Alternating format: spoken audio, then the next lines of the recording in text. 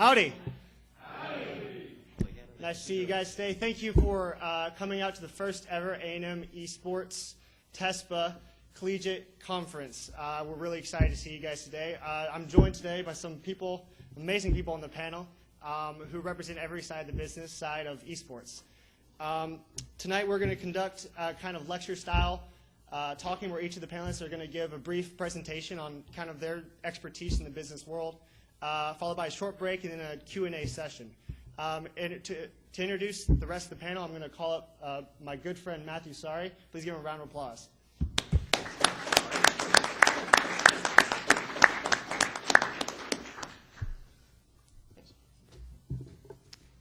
So a friend of mine told me that I had to start out by saying howdy. Howdy. There we go. All right. Everyone always says to start with a joke, and I wanted to come up with something about Manziel and y'all's 2 losses, but then I realized I'm a Rice fan, and I have no business talking about losing in football. Let me start out first by apologizing, then introducing the other panelists, and then introducing myself. So I want to apologize because Adam Rosen, Tyler Rosen, and Chris Kelly, the 3 principal folks on TESPA, weren't able to make it. They really want to be out here, but due to some changes in TESPA, they had to stay out in California. And what they're doing out there is going to be able to make what we're doing here today go, global someday. Actually, I probably shouldn't say that. Nationwide. I don't want to put words in their mouth. That would be. Anyway, let me start out by first introducing Anna Prosser Robinson. She is, actually, I have no idea what your full title is. It's quite long. Exactly.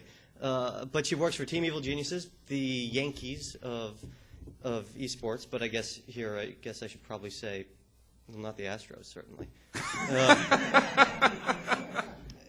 Next is Sterling Sneed, the CBDO and CFO of GLHF Magazine, the premier esports magazine. It's really a fantastic outlet. If you haven't checked out GLHF Magazine yet, what are you doing coming to an esports conference? I mean, it's one of the coolest productions out there. And then there's Justin Grindle, whom I'm not exactly sure what to call him, but probably an esports business developer. He makes sure that everyone, knows what they're doing. And sometimes. Sometimes. Okay. He tries to make sure that everyone knows what they're doing. That's a better statement. That's a better statement. All right. And hi, I'm Matt. Hello, everyone. Hello, A&M. Howdy. I'm Matt. I'm Matt Wilcher. I'm the former CFO of TESPA. I used to do a show with Anna, actually, and I've done a number of things throughout the esports industry. At the moment, I'm an esports consultant. What is an esports consultant? My clients have no idea, and that's a good thing because sometimes I don't even know what that is. So anyway, I'm really excited to be a part of this lecture series that combines both entrepreneurship and esports because I see so many ways in which our 2 passions collide. Primarily, I see a lot of the skills that we acquire as gamers as being integral to our development as business leaders, future business leaders. One word that kept coming back to me when I was thinking about entrepreneurship, I was thinking that people often say the word success. Success, what is that? It's a nebulous concept, right? Should I use nebulous to A&M people? Y'all know what nebulous is. Anyway. Yeah, okay. Well, let's first take a look at a poster that probably every college and career counselor's office has. Not that one. That'd be awesome. Yeah. Okay. Success and a mountain. The heck is that? I don't get it. Is success a mountain? Did the mountain overcome some monumental hardship to reach a goal? Am I supposed to climb the mountain? Obviously, the mountain is a metaphor, but I don't think that it helps me to understand how I can achieve whatever our notion of success is. Success is so talked about and analyzed. Personally, I think it's more important that we talk about failure. Failure is what gives us the ability to learn and to grow from the lessons that we learn. I didn't make I didn't make motivational posters of the following images, but I wanted to show you some ideas of images that you might see on a poster about failure. So let's take a look at a few. Jar Jar Binks. Sim City. The Apollo program. The Apollo program? That was a success. We made it to the moon. We literally walked on the chariot of a Roman goddess. What the picture that y'all are thinking of is this one.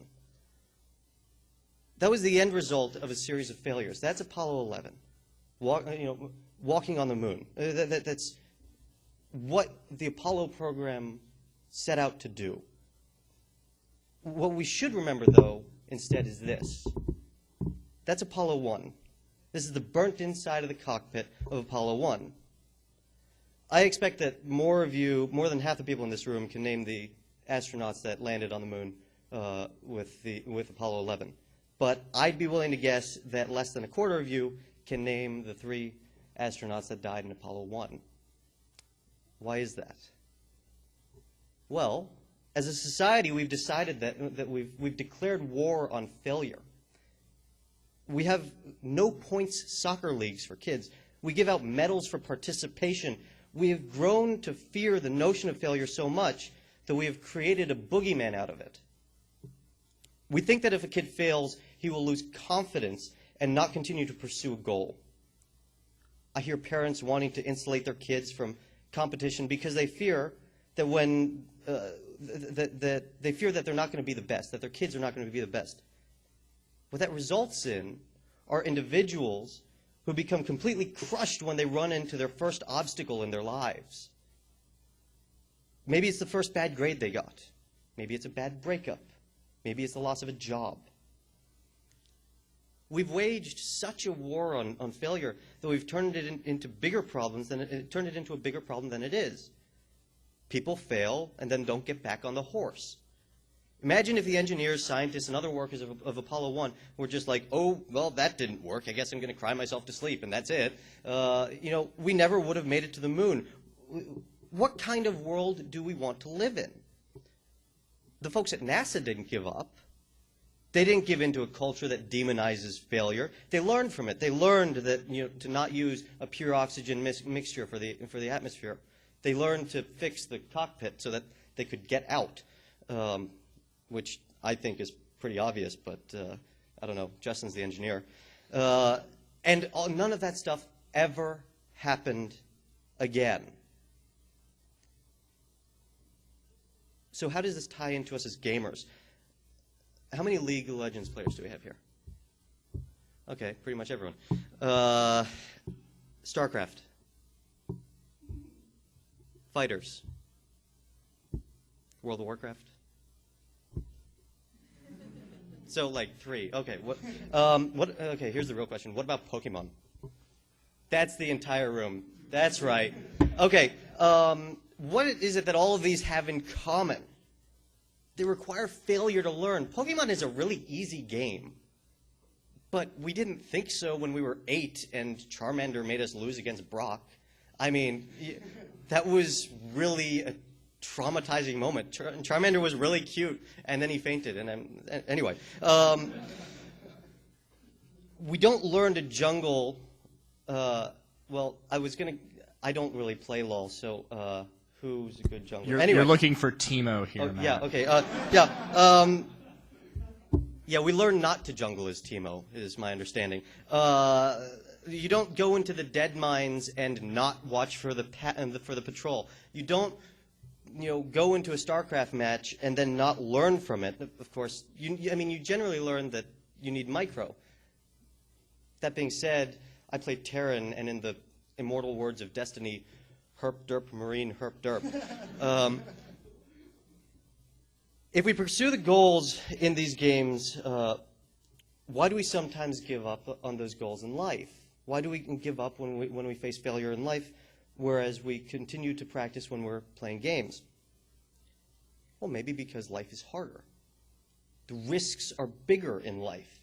And when we screw up, we can hurt ourselves in the long run. But to quote Mitchell from Stargate, that's quitter talk. if we want to reach success, we need to take risks, and we need to fail. We need to be okay with failure. Next picture. That's the WCS champion, SOS. He's celebrating a major success, one achieved through struggle and repeated failure. The fact is that we don't need to have huge goals to achieve in order to push ourselves to not be afraid of failure. Each of us is different, and we each need to find our own Everest. I wanted to end this with one of my favorite quotes because it's about reaching for the stars despite the difficulties. Let me see if I can get the voice, the pronunciation right. We choose to go to the moon. We choose to go to the moon in this decade and do the other things, not because it is easy, but because it is hard. Thank you, and I hope that you have a fantastic time here at TESPA's first ever eSports conference.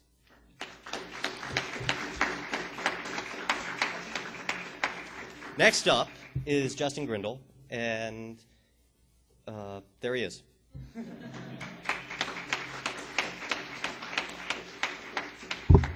Thanks, Matt. Here I am. My name is Justin Grindle. A lot of people ask me what I do, to which my general response is as little as humanly possible. I've worked with a lot of esports organizations, helping their business get formed. I've worked as an investor, as a business consultant for teams, production companies, tournament producers, TESPA. So that's kind of how I fit into this world. Today I'm going to talk to you about why companies should hire esports people, which I think is generally well thought of in the esports community. Everyone likes jobs. So anyway, there's a couple things. I was having a discussion with a buddy of mine about why gaming is important. And what you'll find with everyone here on this panel is that we all share a passion for gaming. It's a big part of our lives, but there's a lot of people that don't see the value in it. Does anyone have parents, loved ones, girlfriends? Maybe not girlfriends, but anyway, that look at gaming as a waste of time. Okay. Yeah. Hi, Mom and Dad. There's a lot of people that have a big problem in gaming. It's kind of interesting to me because to me, the lessons that I've learned in gaming have made me the man that I am. They've made me a successful businessman. They've made me a successful engineer, and they've helped me in life with interpersonal relations. So what I was going to do is talk about skills that get taught by esports. The first thing, the most important thing, is it fosters a competitive nature. You can't have gaming without competition. Well, you can. It's World of Warcraft, but you can't. You can't have esports without competition. We live in a competitive-driven world. Everyone is fighting to compete for promotions. For engineers are trying to compete to get designs out. Everyone's competing for jobs, and learning how to deal with competition, learning how to thrive in that environment and love competition. That's what gaming is all about. It's about getting on that ladder every day and trying to get that next promotion, get the next thing, and you're just going to compete and deal with all of the retards that come along with it in solo queue and League of Legends until you get where you need to go. Along that line is perseverance. At the end of the day, again, how many of you guys play League of Legends? Enough League of Legends players? Have you ever had that game where you're just like amazingly ahead, and the Trindamere that only speaks Portuguese is like pushing top lane, and it's like, guys, we need to group and push, and he's like, no, it's cool, I got this, and you wind up losing the game? Like, how frustrating is that? It's the most frustrating experience. It's like we have it in the bag, and then you just throw it down the drain. Learning how to dust yourself off from a victory like that, or from a loss like that, and jump back into queue, get right back into things, that's a reality of life. I can tell you about, I worked on the BP oil spill in 2010. It's one of the greatest projects that I worked on in my entire career. And dealing with loss was a big thing. You know, we had 170 of the top engineers in the oil field. They're looking at a solution. We put together a solution. We propose it. BP accepts it. We go out. I mean, we have millions of dollars, into this thing, billions at stake. And we go out, we put everything that we can into, it was the effort called the top kill, if you guys remember that. We went out, we tried to do the top kill, and at the end of the day, it didn't work. Now, if you've ever just put your heart and soul into something and come up snake eyes, you know how just absolutely soul-crushing that can be. And at the end of the day, much like Matt said, you wind up with a failure. And you dust yourself off, you work on the next solution. It's the same thing that gaming teaches you whenever you're trying to climb a ladder, whenever you're trying to do anything, whenever you're in a competition. Competitors will routinely tell you that they go into a tournament as best prepared as they possibly can be, and they don't win. They don't deliver results. It's disappointing, but that doesn't stop them from competing in the next tournament. Next thing is teamwork. What you'll find in the world that esports people, in my opinion, much like any level of athlete, learn how to operate in teams. Even StarCraft, which is a solo game, if you're in a tournament, watch the StarCraft players, because they hang around in their team unit to talk about strategies, to console each other after losses, to build each other up in preparation for a match. It's a team effort. And when you get out into the real world, companies push for you to work in teams. The solo engineer is really great for working on something in his garage. But when you're developing a $170 million pressure vessel, that's a team effort. And there's a lot of people that are involved. And people that can't work in a team don't succeed. So esports is a great opportunity for you for people to look at themselves in a team environment and push themselves in a team environment. Learn how to work with people that you may not disagree with. The Trindamere that's pushing top lane that you don't understand why, trying to bring him into the fold and bring him into the team strategy, getting that streamlined effort as a team. That's no different than trying to get a group of finance people to put a deal together for you so that you can get a product launched.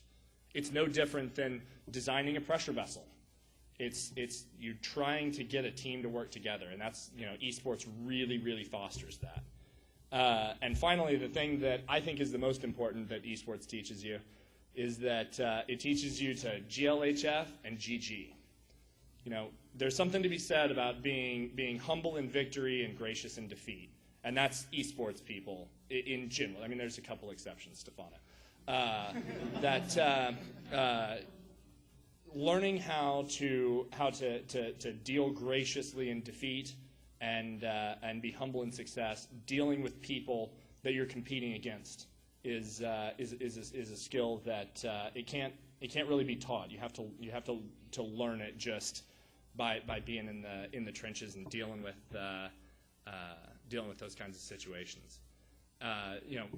Esports. There's something to be said about how you have people that are just fierce competitors. They talk trash to each other. They go, they compete, and at the end of it, they walk out of their booths and they shake hands. Because at the end of the day, they're competitors. They're doing the same thing, and either one of them could have been on the other side. So my big takeaways from all of this are esports is it helps you become a better person. I have on my resume listed that I'm a platinum level Zerg player, and I'm not going to say that I've ever gotten a job because of it, but that's something that I'm proud of. I'm proud of the accomplishment because that took a lot of effort for me to make it up the ladder. I had to play hundreds of games. League of Legends. I've played way more League of Legends than I should have. But I'm proud of the accomplishment that goes along with that because I think that speaks to who I am as a person. It speaks to the effort that I've put into the games, and it speaks to the effort that I'm going to deliver to a company. So anyway, I would advise you all to be proud of your gaming accomplishments. Take those with you because they help make you the person that you are. So Thanks very much.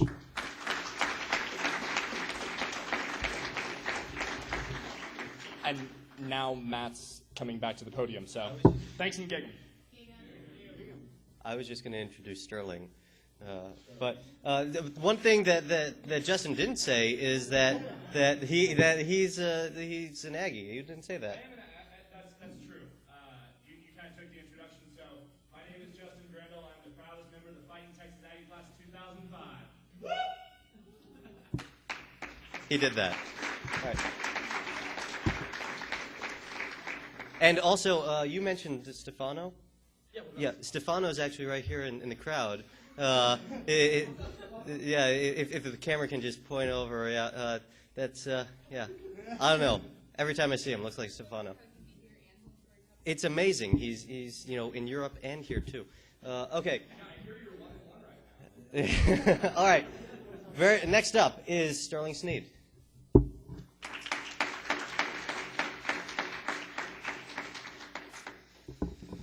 Howdy, y'all.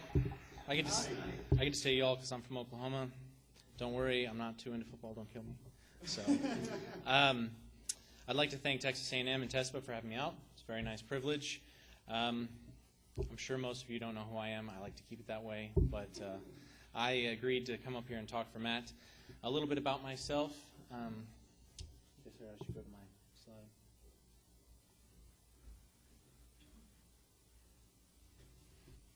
I have a presentation I'm going to pull up for you, so it's not just me talking.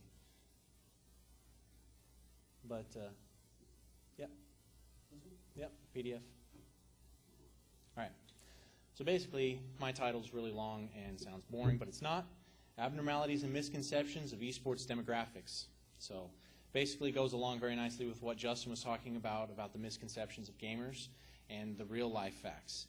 You can go to the next. A little bit about me. Yes, my first name is the letter R. People call me Sterling, except on National Pirate Day. R, yeah. The guys at the mag call me the suit because I am the suit. I do all the financial work and annoying stuff that they don't want to do. On the left are companies that I'm affiliated with. Kind of the best description for me would be a venture capitalist. I actually own or have a position. Actually, I own all of them, but I'm in a position about 12 companies. 3 more next year, private portfolios, et cetera, et cetera. I'm 27. I'm a degree-seeking student, so I understand what it's like to be a student and have a life. Some certifications, pilot, blah, blah. I have a net worth about $10.4 million. It does include salaries and cash flow and royalties. And I have a 4-month-old baby. If you're wondering why I put that on my credentials, you don't have a child. So let's just say that. That's definitely multitasking. Slide. So the gamer stereotype. Like Justin was talking about, most of your family members are going to picture a basement dweller, a little vampire teenager that's basically seeking sun, vitamin D deficient, chugging Mountain Dew as much as they can and becoming overweight, and their parents can hear them getting fatter. But that's my whole point is to show you that that's simply not true. This are some current stats from this year. I know I included WoW. I'm sorry, but the most comprehensive study included WoW. WoW is awesome. I don't know why. Whoa. I don't want to bar. Let's not do a bar fight, okay? But there's about 400 million people playing online games. This compares to 500 million fans for Formula One, the #2 worldwide sport. There are $500 million worth of secondary market activity in League of Legends. Okay, we got moved on to League of Legends. 2012 championship had 8.3 million viewers. To put that in perspective, the 7 games of the 2013 NBA Finals between the Miami Heat and the San Antonio Spurs averaged 17.7 million viewers per game. NBC is excited because the 2013 Stanley Cup is averaging 5.4 million viewers per game, significantly less than League of Legends. It's almost like this underground tornado of activity that's come up with esports. So I have some boring charts for you. Gender. Most of you would not guess that 40% are actually women. With the props, yeah. With the age, most of you would not venture to guess that 22% are over the age of 35. So most people are picturing this 17 to 22-year-old basement dweller. But that's not true. Next. Some more boring charts. We have employment, and family life. If you look at it, 22% have kids, 50% are full-time workers. So parents have this fear, or maybe even grandparents or whoever, your friends, have this fear that you will become a homeless 30-something-year-old living with your parents. But that's not true. Like everything in life, balance is good. Next slide. This is the interesting chart. 28 hours a week the average American spends on TV. The gamer, 29.7 hours of entertainment. Only 1.7 hours more entertainment per week than the average American. But you have 22 hours worth of gaming. But people would say, well, gaming's the same thing as TV. It's not really different. Well, let's look. So what's the point of looking at this and extrapolating data? Have you ever heard knowledge is power, power is authority, authority is change, blah, blah, blah. Knowledge, discernment, and wisdom. If you're standing on train tracks and a train is coming, knowledge is that the train is coming towards you. Discernment is that the train will squash you like a bug. But wisdom is when you get off the tracks. The same thing is true in the eSports industry. Extrapolating from that data, 8 million people playing MMOs are retired. 28 million people are homemakers, which is 6 million more than Seoul, Korea. There's a paradigm shift in who is a gamer and what the demographic is that we're marketing to. The truth. Sundance D. Giovanni said this year, I should point out that over 40% of our viewers have a household income of over 100,000. So technically, we're a luxury brand. Somebody should tell Sundance that just because somebody wealthy likes something doesn't make it a luxury brand. Lots of people like Walmart. But he brings up an interesting point. It's not what you would think. So, the gamer stereotype, what are we really understanding? What came first, gaming and esports, or the balanced, successful gamer? We're actually seeing the results now, which is both. It's a symbiotic relationship between being successful in life and being a successful gamer, something that Justin was just talking to you about, and Justin and Anna and Matt are living examples of that. They're all gamers, and they've all become successful individuals. A successful gamer replicates the drive that they have in real life, and a successful person replicates the drive that they have in gaming. Now, this was an interesting study that was done in 2007. I'm sorry to bore you with all the facts, but it's interesting. The impact of video games on training surgeons in the 21st century. The hypothesis was that there's a link between video game play and laparoscopic small incision camera feeds that they do, surgical skill, and suturing. So in 2007, they did a design by 33 residents called the Rosser Top Gun Laparoscopic Skills and Suturing Program. They basically did 3 different video game exercises. They compared their records as surgeons, and the result? Ignore the P's and annoying nerd numbers. The past few game in excess, if past video game play in excess of 3 hours a week correlated with 37% fewer errors and 27% faster completion of surgery. That is empirical data, that gaming can make you successful in certain areas. Current video game players made 32% fewer errors, performed 24% faster, and scored 26% better overall. And the bottom one was talking about video game skills, and the top tertial made 47% fewer errors. So, the week. This year, this is all current data. This isn't stuff that was randomly thought up of years ago. This is this year, March 10th. The health benefits of gaming. Video games are therapeutic for children with chronic illnesses. Video games improve preschoolers' motor skills, reduce stress and depression, provide pain relief, improve your vision. Who would have thought that one? Video games improve your decision-making skills, and video games keep you happy in old age. Now, and the past week when I got to go to BlizzCon, I ended up talking with Chalk, which was the charity that Blizzard always does the benefit dinner for. And Chalk has an interesting relationship with Blizzard because they've noticed this trend. They've noticed it. And what they're actually trying to do is incorporate video gaming culture in an entire children's hospital. Not only among the surgeons, but also among the children who are there, who are depressed or having issues. And so we're kind of seeing this trend come up, and it's just the tip of the iceberg yet, about how gaming is not something to be feared or is horrible or will make you a bad person, but gaming can actually help. Benefits of esports. A game-theoretic approach to esports, however, could, for instance, foster the importance of competitive computer games as a tool to train high-speed strategic decision-making and management training. This was done on a scientific research from the University of Austria. My experiences. So I told you a little bit about BlizzCon, but something that made an impression on me was when I went to BlizzCon, and every person I met, I was impressed with.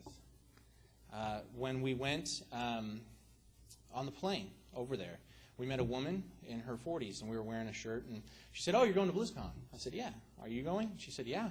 I'm a huge WoW player." Now, I know WoW, but she said, I said, "Oh, what do you do for work?" And she said, "Oh, I'm an accountant, and I manage a large accounting firm. My whole family plays WoW together." Now, even the 5-year-old.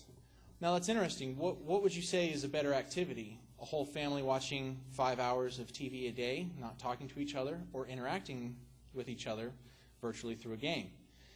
We saw that the average American watches 5 hours of TV a day. That equates to 10 years of your life that you're sitting in front of a box. Would you rather sit in front of something that's more interactive, that stimulates your brain, that causes you to be a more successful person? We also met at the benefit dinner. I met a person, and just really nice guy, Connor. And I said, "Oh, what do you do for work?" He said, "Oh, I'm a nuclear physicist from MIT." And I was like, "You literally do rocket science." Really smart guy. Ended up knowing a lot of the people in the oil and gas industry that I knew. We ended up talking for a while. And his whole thing was gaming doesn't destroy your life, if in balance. We were in line to just get in the door, and there were 2 people. And I don't judge a book by its cover, but with these 2 people, I was like, yeah, these guys are gamers. These guys are typical gamers, swearing a lot, just they looked like they were hungover. One was a PhD candidate, and one was a preschool teacher. Wow. So what happens is we have this shift of don't judge a book by its cover, and teach people not to judge a book by its cover. My experience also has been that StarCraft has helped me in all of my businesses because I'm able to multitask better. I'm able to do resource allocation better. I think faster. It's also a stress outlet for me, very much so, because it's just like getting all of my stress out from the day. And I did a little test. I don't have empirical awesome data for you, but I played about 20 to 30 minutes to an hour a day after work to just kind of see how it went. And it kind of was a good break because it left work at work, and then I was able to be with my family. It also just helped me a lot to be sharper, make quicker decisions, and to manage multiple teams. There are multiple different companies.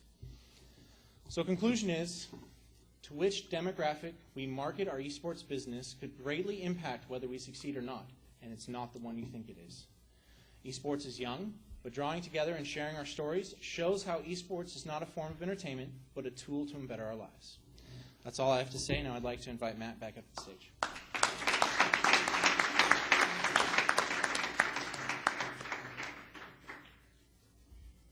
All right, thank you, Sterling. That was absolutely fascinating. I had no idea about most of those, actually, any of them.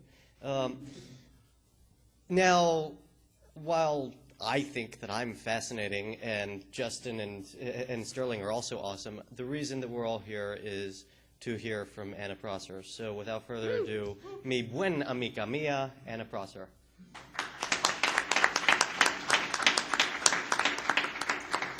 I don't know about all that, but thank you. If you don't know me, I'm Anna Prosser Robinson.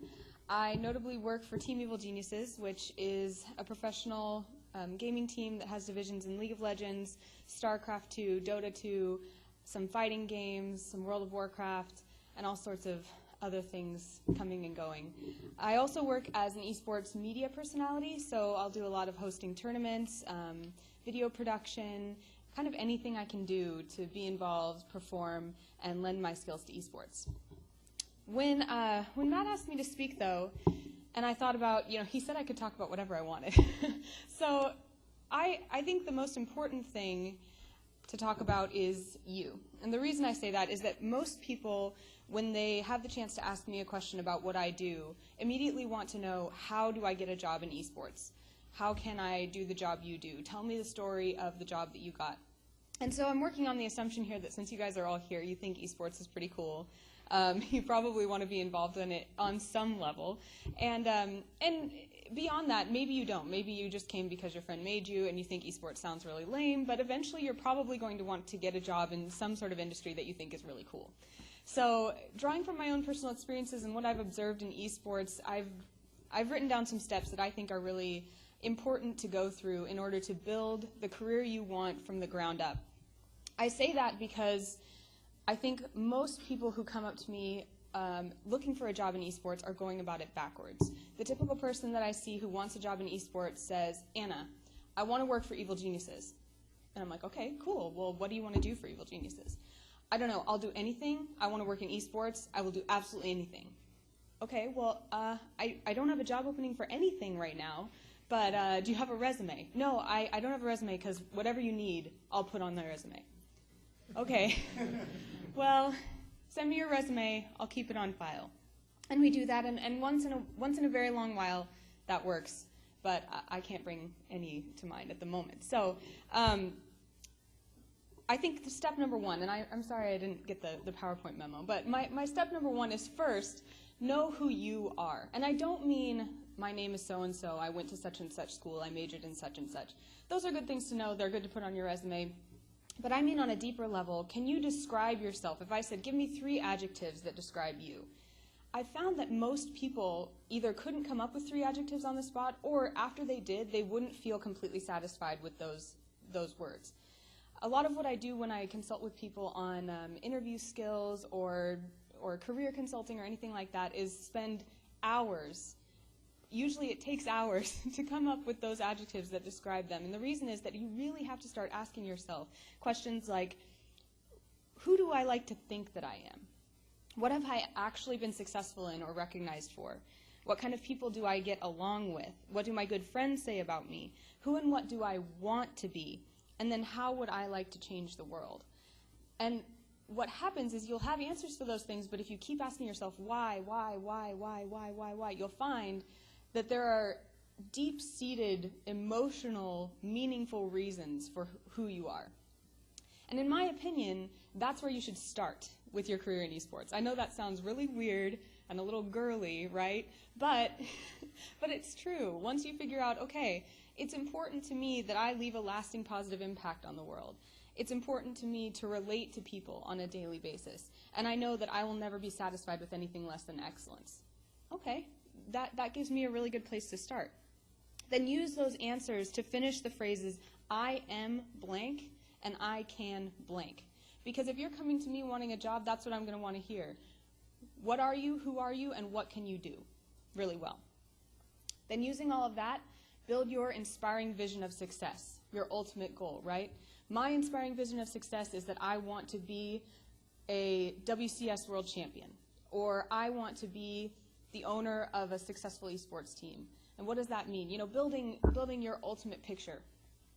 For me, that vision of success, when I first sat down to do this process with myself, was a little bit bigger even than esports.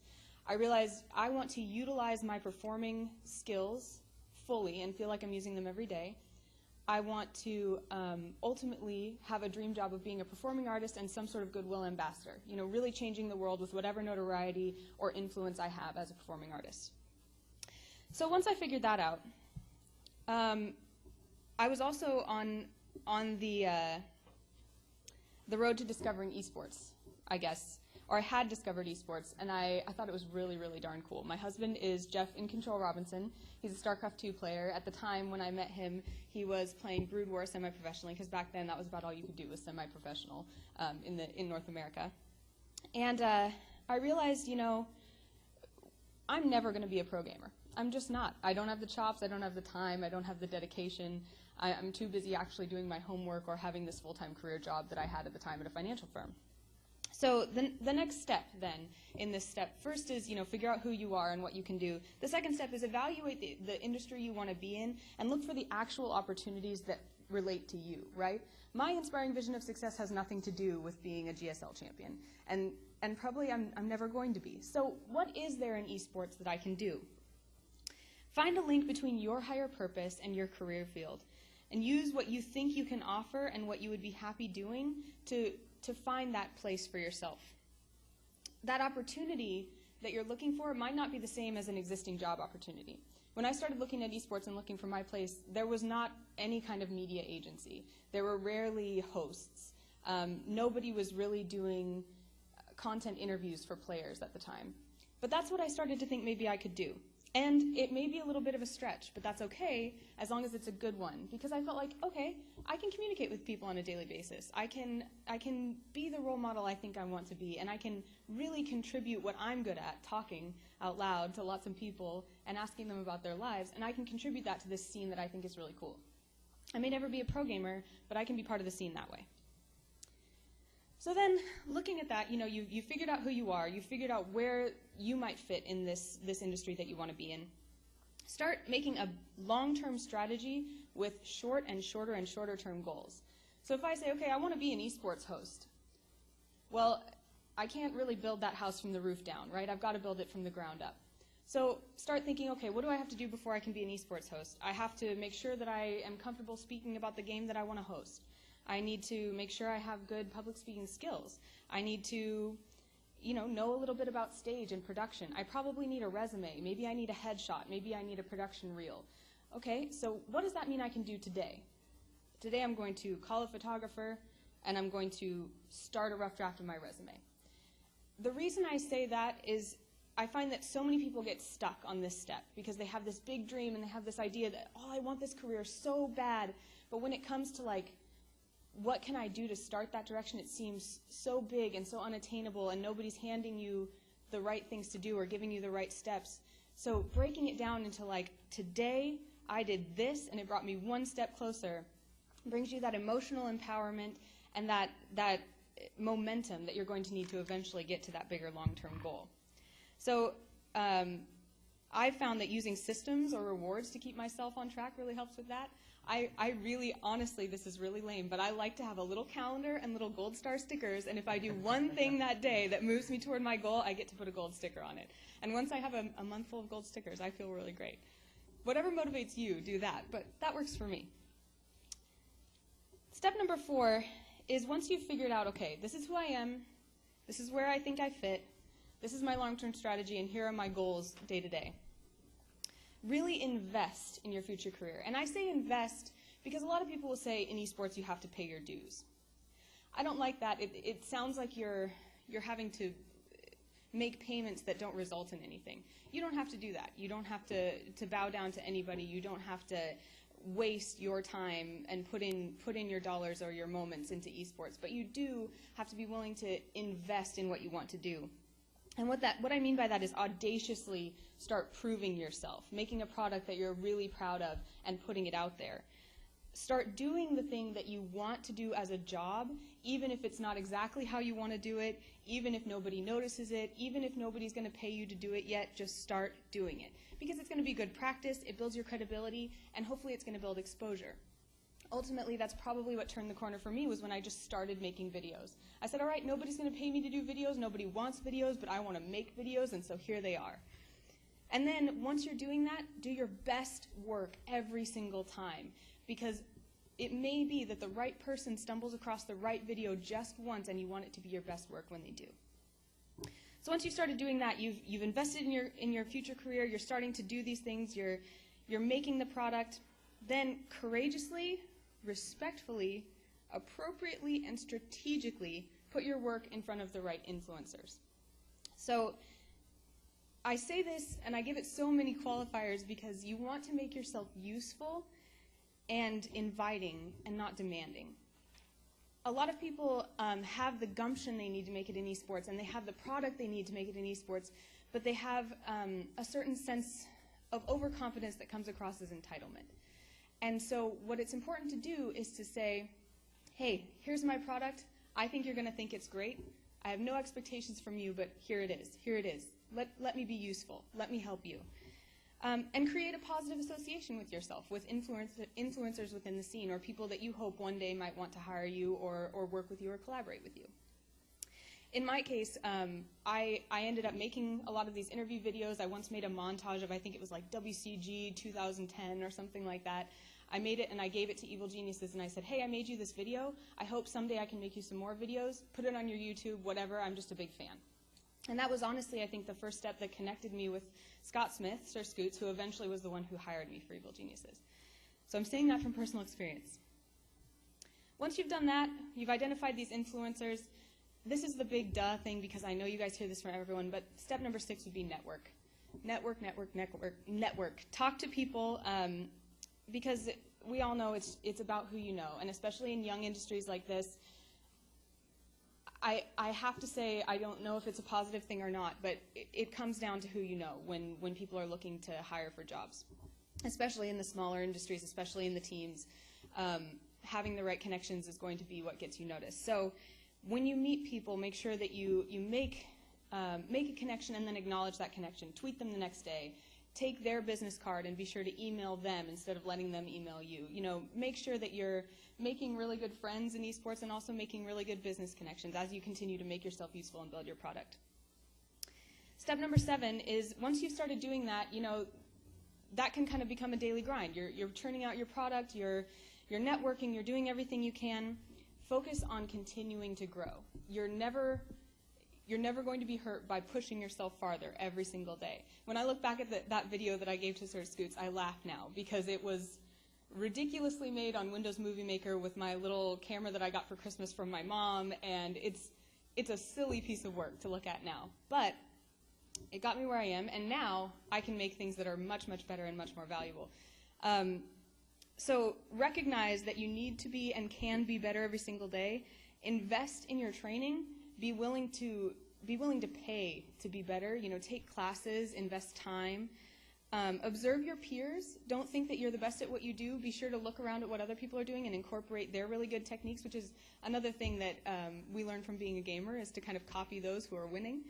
And then, you know, take what constructive feedback you can. That said, on the note of taking constructive feedback, my final step on this list, number 8, is just don't accept that you can't. Do not think that you can't. Don't accept excuses. Don't accept haters. You can do what you set out to do. It may look different than what you thought it was going to look like. You know, I'm not yet a rock star who is a goodwill ambassador for the UN, but I really like my job. I love making videos. I love hosting esports tournaments, and I wouldn't trade it for anything. So we always say this in pageantry. Be a filter, not a sponge. There are going to be so many people who tell you exactly how to go about your career, what to do, how to look, what to say. Take in all of their feedback, but filter it. Don't absorb it all, because if you do, you won't be able to stand it. You can't please everyone. It will ruin your morale, and ultimately it will ruin your brand and your mission.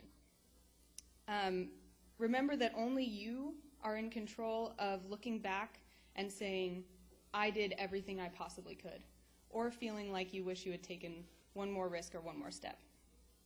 And then, to end it all out, at the end of step 8, keep in sight what you learned at number 1. Reevaluate once you're at that point where you're really, really pushing, you're learning, you're growing, you're putting your product in front of people, you're networking. Take the time to look back at number 1 and say, okay, what was my inspiring vision of success? Who am I? What is it that I wanted to contribute, and am I doing that? Reorient and start again. I think that's always the case when it comes to life, and I think gaming is a really good example of that. Get to the end of the game, go back and get some more achievements. Go back and play the level on hard, you know. And it's going to take a lot of gumption, a lot of people helping you. But I hope you'll believe me when I say I believe in you, and I hope you will join us, because this industry is really exciting. It's really young, and I think, as my colleagues have said, we have a really, really unique opportunity to connect people in a way that we never have before, to do something really strong and really meaningful in this community, and I'm really excited to see what that is. Thanks so much for letting me speak to you guys.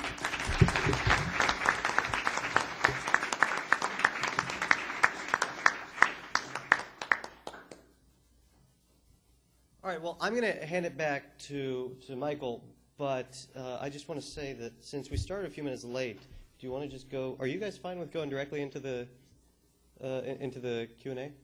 Are you guys fine with going directly into the Q&A? Yeah? Sure. I'm fine with it. Are you? Everyone fine with going directly into the Q&A? I want a response, like I said, howdy. Yeah, there we go. Okay. All right, Michael. Let's give him another round of applause, please. Thank you so much.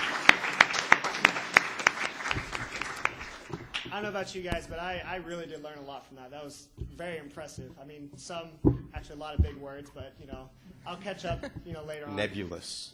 And yes, that was one of them. I still don't know what that means, but I think it has something to do with space. something like that. Yeah. But anyway, so we're gonna go ahead and get started with the Q&A session. Essentially, we're just gonna take questions from the crowd, from Twitter. You can send your questions via AM eSports at A&M eSports or on the Twitch stream chat live. But we'll be answering them as we go along. So just want to open up the floor to any questions. We'll pass out the mic. Yeah, just a quick question. You said you got fighting games at TVG. What games? I think right now they're mostly, most of our fighters play all sorts of different fighting games, but I think officially on our website it's Super Street Fighter. Yes. I just wanted to say, I know you're Miss Oregon, and I'm also an Oregonian. Yay, go Oregon! But also, how much of the stuff that you guys learned in college you actually apply to esports, or should we also drop out? That's a great question. Well, do you mind if I start? Sure. I'm actually still in school. You should repeat the question though, because can the stream hear them? There's no Can the stream microphone hear yet. them? Oh, okay. Oh, yeah. We can get the mic being passed around. I got it. So the question was for the stream, do we actually use what we learned in college in an esports career, or should everyone just drop out right now? And I'm still in school. I'm the only one here that's actually. Sterling. Yeah. Anyway, I'm still in school, and I find that the things that I learn in my classes are actually unbelievably useful. I'm a history major, and being able to understand the way that entertainment has developed, and studying entertainment and studying the way that film developed as a medium for entertainment, and comparing that to the growth of esports is really fascinating. So, absolutely, the things that I learn in my classes, I apply every single day to the work that I do in esports. I can illustrate that even further too. I would agree with Matt. I majored in international studies and speech communication, and actually in the Evil Geniuses office right now, I have 5 of my communication textbooks at my desk, which I've used within the last year to write multiple reports for Evil Geniuses about our brand and our image and how we should interact with our community. So absolutely, your college classes will help. I guess one of the questions is, what are you majoring in? Yeah. Because if it's like art history, I was civil engineering, but I played too much league, so I dropped out. I'm economics now, with like maybe a minor in comp sci, if I decide to do that. as a fellow business nerd, I can tell you everything you learn will apply. Because, and in fact, one of the interesting things about esports is that since it's proprietary in nature, it's not free to the public like a basketball or football, that the industry behaves like a stock chart. So having a degree in economics will really bring up your business skills, and you're more likely to get hired. I mean, look at EVE Online. They employ 3 full-time economists just because of the structure of the system. So you never know. I'm still in school getting my MBA, hopefully someday more, and I'm getting a master's in computer science. I use everything. You'll use it. One more thing specifically about the gaming is that a friend of mine is an economics major who is specifically studying the way that virtual markets work, such as World of Warcraft, and how the World of Warcraft economy functions and displays certain characteristics. He's testing. I'm a history major, so I don't actually remember what he's testing, but something that sounds economic and really interesting. I mean, I can tell you that I studied engineering, and while I'm not doing a whole lot of stress calculations in gaming, the concept of how to solve problems and think analytically and think critically, that's useful. That's not just useful in esports. That's going to be useful in any business that you get into, whether it's esports, movies, engineering, anything. It's all about solving problems. So, yes, your college courses, even whether it be engineering, economics, business, speech communication, journalism, all of those skills are going to come into play in your career. And I would even say art history, like the reason that I say the reason that I say look at the industry and find out where your talents fit is that that's the really cool thing about esports is that there's not a whole lot right now, at least, that doesn't fit. There are so many things that anyone can do with any kind of background. All of the art history majors just submitted their dropout notices and submitted all of their videos. All right, I'll pull it back. Submitted all of their videos to Anna, like, hey, are you looking for a video producer at Evil Geniuses? Underwater basket weaving, probably not so good. I'll retract the art history thing because honestly, if you might get actually more work with a gaming company, the esports scene might be different. But if you think about Blizzard, they just went from 18 artists to 40. So your degree in art history might mean something different to everyone, and you really just have to find your strength, like Anna's discussion was about. You really have to know what your strengths are and then apply for that. You just can't say, well, I'm going to go into here. And just like a little follow-up thing, I don't even know if this is working. It's on. Okay. How much of like, how much of your actual jobs like did you guys just learn like on the job? Like All of it. all of it, pretty much. Okay. I, Because like what I'm hearing, like I was asking about like actual like technical skills like that you actually apply at a job, or is it mostly just like critical thinking, like those kind of abstract things that you learn in college? Well, I mean, I can say that in my normal job, my engineering job, you know, you learn a lot of the background in college, and you know, I always kind of joke that, you know, here I am, I'm a PE. If you asked me to, you know, take the integral of something, put a gun to my head and ask me to take the integral of something, I'd tell you to save us both some time and just pull the trigger. I don't know how to do any of that anymore, but it gives you a foundation. A lot of the details of your job you're going to learn at a company. Each company has different ways of doing things, different tool sets, and you're going to learn those on the job. But the foundation that you learn in college, the critical thinking, the analytical thinking, problem solving, that's what you're going to take with you out of college, in my experience. I agree. I learned to video edit while I was working for Evil Geniuses, but the information that informs why I edit the way I do and how I release the videos that I do is all from my education. You'll get out in the real world and find out that you know nothing. But what happens is college gives you the foundation to really learn. That's what happens. I didn't know how to study until I went to college. And a lot of times you'll get, when we're hiring people for companies, you'll get people fresh out of college, they've never worked anywhere, they're looking for a corner office with $100,000 a year, and you're like, what are you thinking? You know, but what happens is there's opportunity to learn that and grow up to that. And college is a great foundation for how to learn and how to adapt to a system.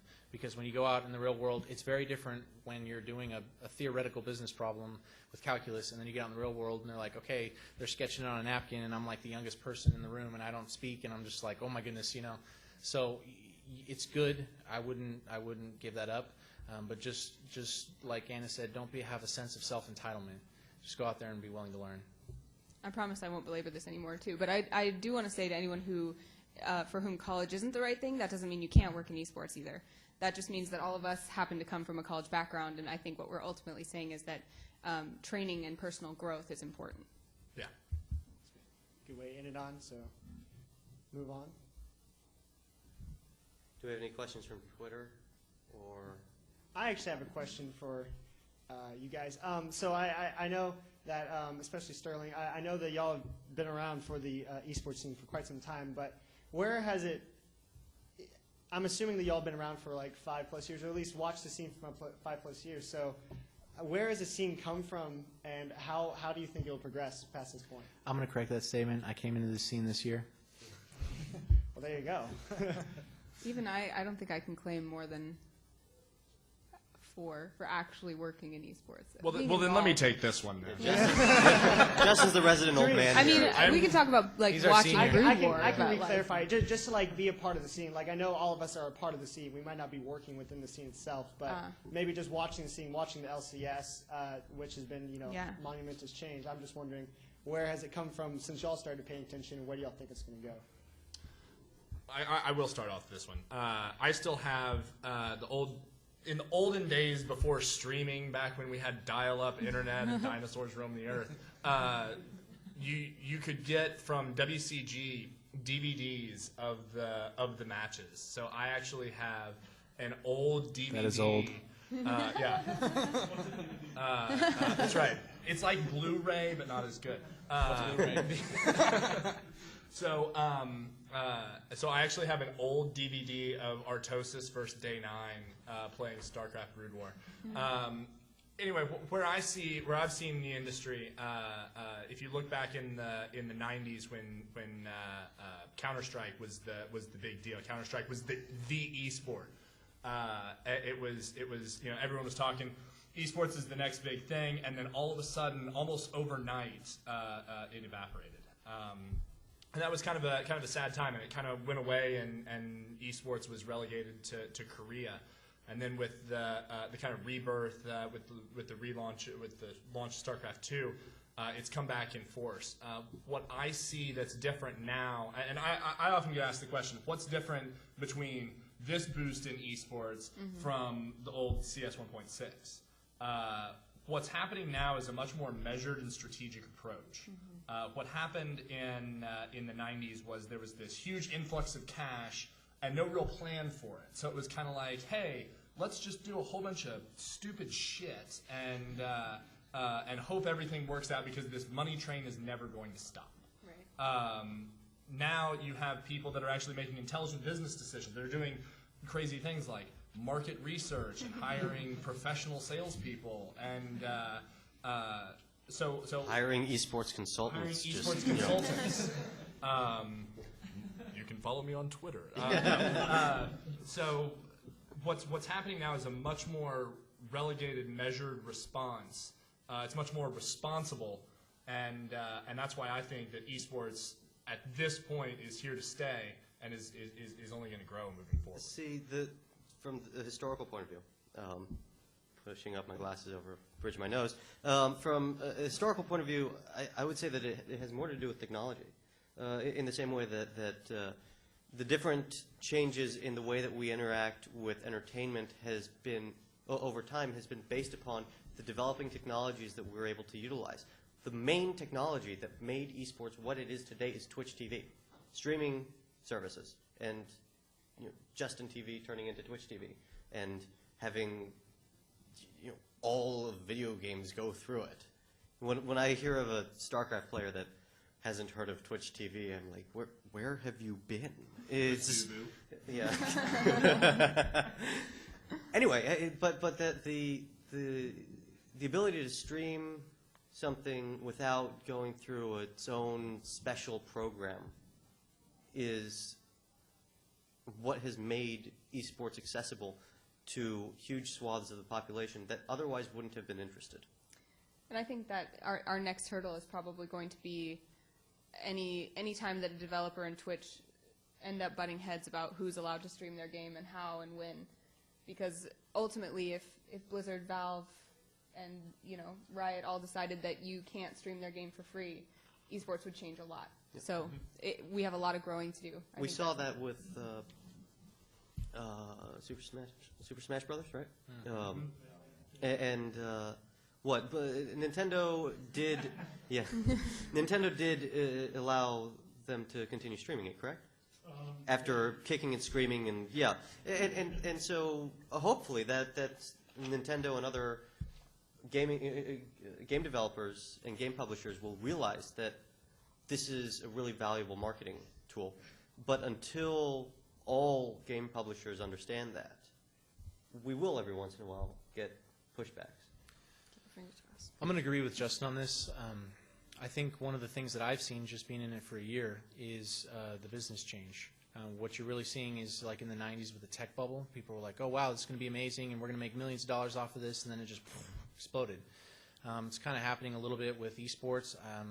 I haven't been in it long enough to tell. It seems like it's coming back from the bubble bursting. And you see a real solidification of everything. Businesses are more solid. I'll still deal with people once in a while that claim to be business people, but they're not. But for the most part, people are starting to become more professional. It's starting to become respected as a business. And esports is the next evolution of gaming.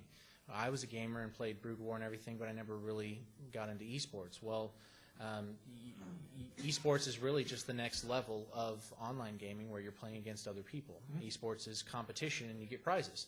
So you can't really stop it. It's the natural evolution of gaming. So if I can give one piece of advice based upon this notion that as an industry we're becoming more professional, time and time again, I see people make the exact same mistake.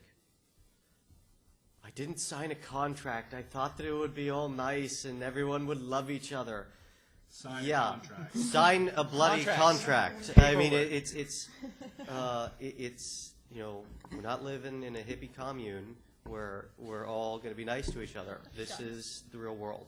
So please, if you're going to get into esports, make sure that the first thing you do is you understand your responsibilities, you understand what you can offer, and then make sure that the people that you're working for value you enough to put it in ink. Any business you ever do. Yeah, any business. But in esports, because we're so young and people have gone so long without doing that, I mean, even we still do interviews in esports without signing releases, without having people sign releases, which you're supposed to do. I don't think that I signed a release for this. I mean, I didn't sign it. You didn't. I don't know. No. You're good. No, what I signed, that was my house. That's what I signed over to you. Anyway, so please, it's a business. Treat it like one. Yeah. So we have another question. Do you guys feel that there's more of a technical side to esports, or it's more of a business side? Yes. Definitely both. There's places for people on both sides, absolutely. Yeah, one of my best good friends is a guy named JT Gleason, who's hopefully watching right now because he still owes me a beer. And brilliant computer programmer, works for Twitch. He has a place.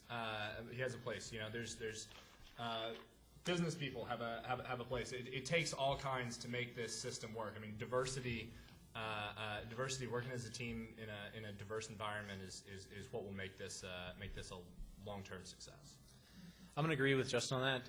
GLHF Magazine got founded because a random group of people from all over the world came together. We have people in Australia, Sweden, the UK, Canada, Boston.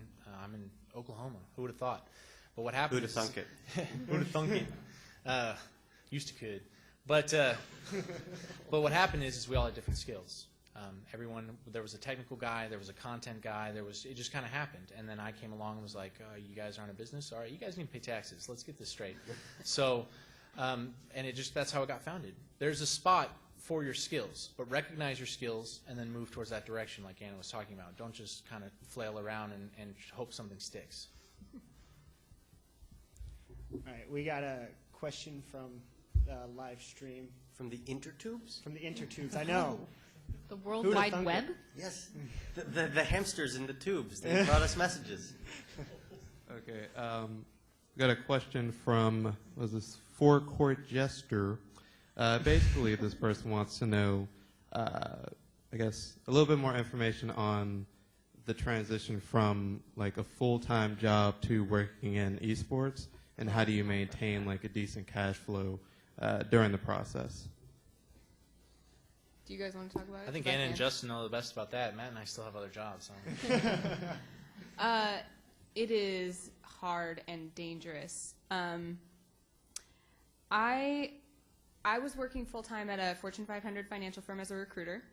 I had a job that I could plan out into perpetuity and know exactly, how much money I was going to be making that year, where I was going to be, what I was going to be doing. It was a great company. I really enjoyed it, but I was terrified of that predictability in my life. So for me, what it ended up coming down to was the risk worth the uncertainty, I guess? Would I be comfortable if I quit my full-time job, jumped into esports, and completely failed? Could I still survive, and would I feel good about having done that? And that outweighed my desire to go the rest of my life in this job wondering what would have happened if I did. To be honest, I had to have help to do that. I had to have support from family and friends. I had to have saved enough to have a cushion in case I did fail. So ultimately it comes down to like preparing as much as you possibly can and then taking that jump over the Great Divide and hoping that that it doesn't all fall apart. And I guess that for me that was what it was, but the advice I always give people is work the job you have until you can have reasonable assurance of the job you want. People who just quit their job and say, I'm going into esports without anything actually concrete in mind don't generally feel comfortable. And I think that's common practice in any industry. So luckily what esports is capable of doing right now is letting you work a lot of the time part-time, almost on a hobby basis, until you can build up a lot of that credibility and a lot of those connections. So that's what I would recommend doing if you're looking to make that transition. Yeah, ultimately, I mean, jumping into esports full time, even from a part time thing is real similar to changing a career, changing an industry at any point in your life. There's always a risk associated with it because it's just like starting a business. The reality is you can open your doors and no one walks in. The reality is you can go to esports and the company you work for. I mean, esports companies are notorious for coming and disappearing. I mean, they're like Kaiser Soze. They're gone. So you could have a nice job with Own 3D, and then all of a sudden, your paychecks stop coming. So it's a risk. The best advice that I could give somebody is put together a plan with a risk level that you're comfortable with. Think about the job that you're going to take. Is this something that is the organization one that you have confidence is going to stay the course? Evil Geniuses, they've been around for since 1999. Since 1999, thank you. For a while. They, dollars to donuts. That they're going to be a more secure job than working for X2 game team that just started 8 hours ago. I want to actually, in some ways, disagree with you. No, I'll let Just you got finish. interesting. Only in some. But no, it's there's a risk associated with that, and you have to make sure that you're comfortable with the risk. If you are, then go for it. I mean, it's no different than going and pursuing your passion as a photographer or whatever it is. I mean, you're leaving something stable to go to something unstable, less stable, not necessarily unstable. In some cases, you can also find stable careers in your sports too. Fair. But you can find unstable careers anywhere. Yeah. So. Do you concur, Matt? Don't look at me like that. I'm waiting for the dissenting vote here. Yeah. Okay. Well. Okay. EG's great. I love EG. I'm a huge EG fan. If I could get an EG tie, I would. I'm getting you in for Christmas. Yay. But thanks. Now I have to get him a new gift.